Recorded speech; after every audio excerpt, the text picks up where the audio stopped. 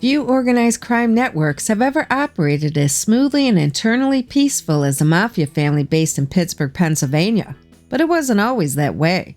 During the roaring 1920s and 1930s era, the city of Pittsburgh saw more than its fair share of gangland killings and underworld power plays. In fact, during this fledgling period of underworld competition for supremacy, no less than 4 succeeding Mafia family leaders were assassinated until New York's Mafia Commission stepped in to finally quell the warfare once and for all. From that point forward, underworld peace prevailed, and Pittsburgh would slowly turn its unstable underworld reputation around. And within a few years' time, the Pittsburgh family would gain an enviable reputation for its quiet stability and profit-making abilities, while generally avoiding police scrutiny and a public outcry for law and order. Over the next 60-odd years, what became known as the John LaRocca family successfully operated behind the curtain, so to speak. And although always one of the smallest families numerically by Cosa Nostra standards, the LaRocca family nonetheless engaged in most organized crime rackets. The story I'm about to tell is about the life of John LaRocca, who headed the Pittsburgh family from 1956 through 1984. But before I continue, please hit that like button and subscribe to the channel, and be sure to check out our video library and visit our website at www.thenewyorkmafia.com. Sebastiano Giovanni LaRocca, also known as John LaRocca, was born on December 19, 1901 in Villarosa, Sicily. He immigrated to the United States when he was 8 years old. Originally residing in Jamestown, New York, by 1940 he had relocated to Pittsburgh. As he increased in wealth and power, he moved into a home in Inglemoor, Pennsylvania.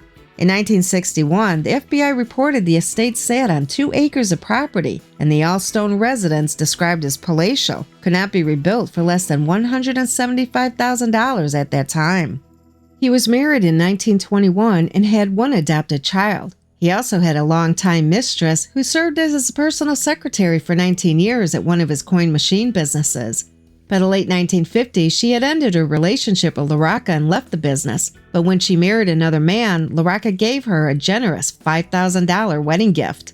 Later, when the FBI came calling to try and pry information from her about LaRocca and his mafia associates, she completely snubbed them, proving to be a stand-up gal herself.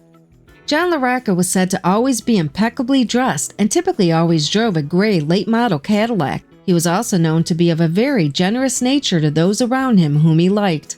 He regularly traveled with his family or underworld associates to Hot Springs, Arkansas and Miami, Florida, both great places to escape the Pittsburgh winters.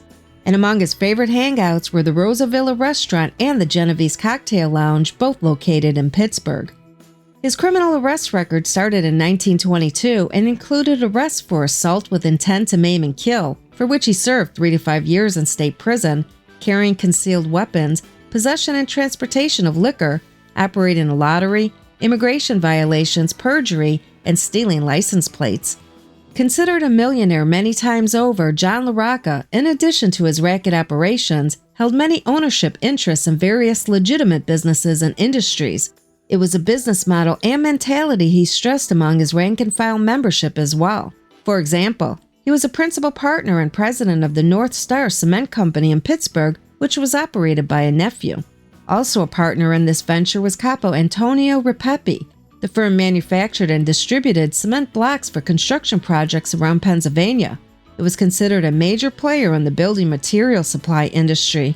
He also held an ownership interest in Keystone Sales, Inc., a cigarette vending firm doing business as a Keystone Cigarette Vending Company located in Johnstown, Pennsylvania. He was partnered with Capo Joe Regina in this business. In 1961, this firm reported bank deposits of $25,000 a month. In fact, John LaRocca held interest in many other vending machine businesses and coin machine distributors throughout Pennsylvania. In 1954, LaRocca and several partners opened Standard Dryer Distributing Company, which sold and distributed mechanical hand dryers. By 1951, he also held ownership of Beer Dispensing Company, a large wholesale distributor of beverages that later changed its name to Bulk Beverages, Inc. This business was operated by his son. In addition, LaRocca was said to own extensive real estate holdings in and around the greater Pittsburgh area that produced a large monthly rental income. These properties were put under a realty holding corporation. Additionally, over the years, he acquired and owned a portfolio of blue-chip stocks, including AT&T and Western Electric, that provided regular dividends to him and his wife.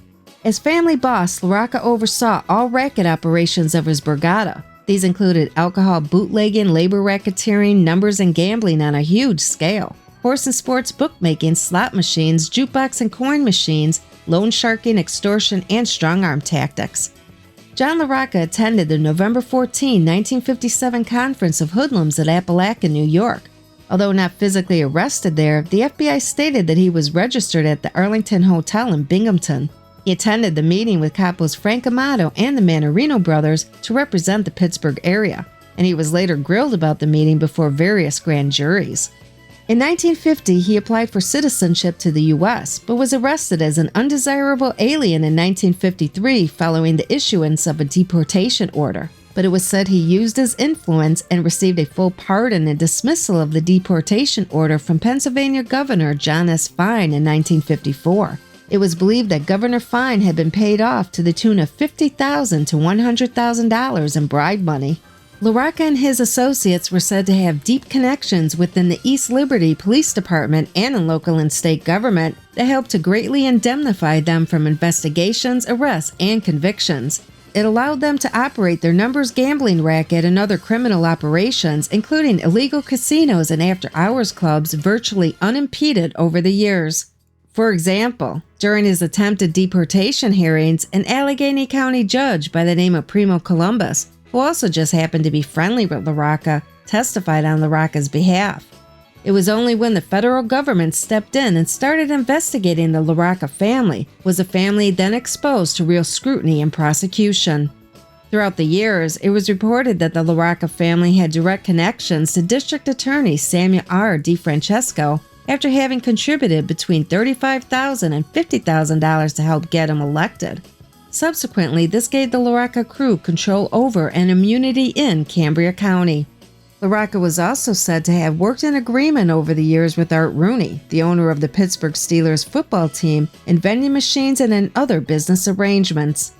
Starting out as a moonshiner and bootlegger in the 1930s in Jamestown, New York, LaRocca made regularly scheduled runs into Pittsburgh for his liquor operations. He would later remain in Pittsburgh because of the police heat he had in Jamestown, continuing his moonshining and adding a numbers operation later on. In 1941, it was reported by informants that LaRocca was in control of all the numbers activity in the East Liberty section of Pittsburgh. He was also said to be a distributor of one-armed bandits or slot machines that were placed throughout the neighborhood in candy stores, bars, and other establishments. He reportedly received these machines from a connection made in Chicago. He later formed the Coin Machine Distributing Company in Pittsburgh. This became one of the largest vending machine companies in the city, with the machines placed throughout Pittsburgh. He was partners in this venture with family members Frank Amato and Sam Mannarino. The company did well until authorities raided various establishments where the machines had been placed, forcing the firm out of business. LaRocca had a large circle of friends and associates, but some of the most important included men such as the following: Michael Genovese, who was LaRocca's protege, one of his closest associates and his underboss. He later became boss after LaRocca's death. Brothers Samuel Sam Mannarino and Gabriel Kelly Mannarino, both family capos, who were the gambling bosses in New Kensington. Sam was later sidelined and semi-retired by the family. Kelly Mannarino held interest in Cuban gambling casinos in partnership with other bosses around the country. He also owned the San Suchi Hotel and Casino in Havana at one time. Frank Amato Sr., he was an old-line mafia boss with heavy political influence who LaRocca later succeeded. Frank Valenti, he was a son-in-law of Amato. He later relocated to Rochester, New York, forming his own family. Antonio Tony Repepi, an old-line mafioso who served as a senior capo. He was the father-in-law of soldier John Bazzano Jr. and Rochester mob figure Costenzi Stanley Valenti. John Bazzano Jr., the son of former boss John Bazzano Sr., he also became a top soldier within the Borgata, working under his father-in-law Tony Repepi. Joseph JoJo Pecora, a soldier who later became an underboss to Mike Genovese after his ascension to family head. Pecora controlled the West Virginia Panhandle area and several labor union locals for the Borgata. Joseph Sica, another old-line mafioso who served as a respected soldier of the family in control of Penn Hills. By the late 1980s, Sica was said to be serving as a family consigliere. As a side note, his daughter Josephine married Frank Rosa, the son of Capo Joe Rosa. Sica was also an older cousin of former Lucchese acting boss turned informer Alphonse Little Al Diarco of New York. Capos Louis and Joseph Volpe, notorious brothers who ran all racketeering operations in the Wilmerding, Pennsylvania area. Joseph Little Joe Ragno Regino, a convicted counterfeiter who controlled all racket operations in Johnstown. Regino and LaRocca were partners in a major vending machine firm that controlled vending rackets in that city. LaRocca also resided only 2 doors down from Regino in their Bel Air community. In fact, it was documented that Regino had actually purchased the home for LaRocca and oversaw its construction. Other associates of LaRocca included Paul No Legs Hankish, Anthony Wango Capizzi, Charles Charlie Murgy Imburgia, Sandy Naples, and many, many more. By 1950, LaRocca was already considered overall boss of Allegheny County and its outer environs for decades.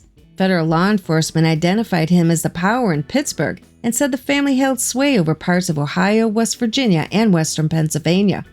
On June 11, 1959, LaRocca appeared with Kelly Mannarino before the Senate Select Committee on Improper Activities in the Labor or Management Field of the United States. Senator Bobby Kennedy was head of the proceedings.